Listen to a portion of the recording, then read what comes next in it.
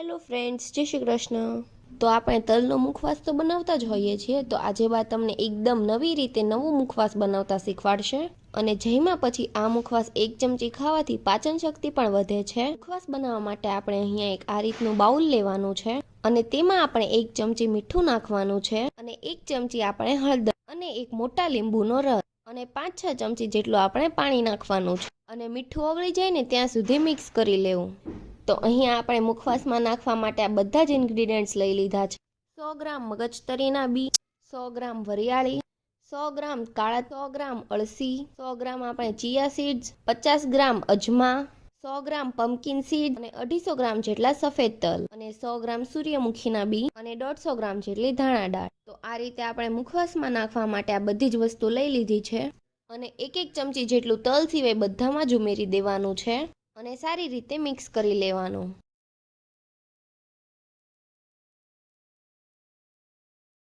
તો જે પાણી વધ્યું છે ને તેમાં આપણે કાળા અને સફેદ તલ ઉમેરીને મિક્સ કરી લેવાનું। તો હવે બધી જ વસ્તુને આપણે 10 મિનિટ જેવો રેસ્ટ આપવાનો છે, વધારે નથી આપવાનો। 10 મિનિટ જેવું થાય ને એટલે પહેલા આપણે અળસીને શેકી લેવાની છે, કેમ કે તેમાં ચીકાશ બહુ હોય ને એટલે ચીકણી ન થઈ જાય ને એટલે મીડિયમ ફ્લેમ પર આપણે બધી જ અળસીને શેકી લેવાની છે અને આ રીતે બધી જ અળસી ફૂટી જાય ને એવી શેકવી અને અળસીનો કલર પણ ચેન્જ થઈ જશે।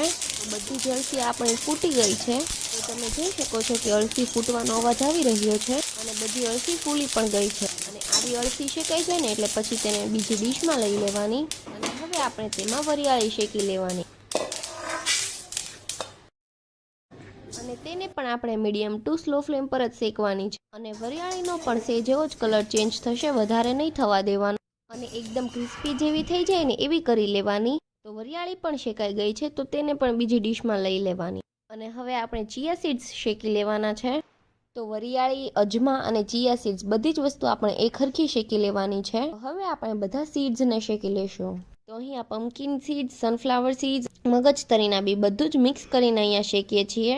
તે પણ એકદમ સરસ ફૂલી અને ફૂટી જાય ને એ રીતના શેકી લેવાનું। તમે જોઈ શકો છો કે આપણા બધા જ સીડ્સ ફૂલી ગયા છે અને એકદમ ક્રિસ્પી થઈ ગયા છે અને તેને ડીશમાં લઈને આપણે તલને શેકી લેવાના। તલ આપણે બધા જ એકસાથે નહીં શેકવાના, થોડા થોડા કરીને શેકવાના। તો અહીંયા અડધા બાઉલ કરીને તલ શેકવાના છે એટલે એક તલ ફૂટી જશે।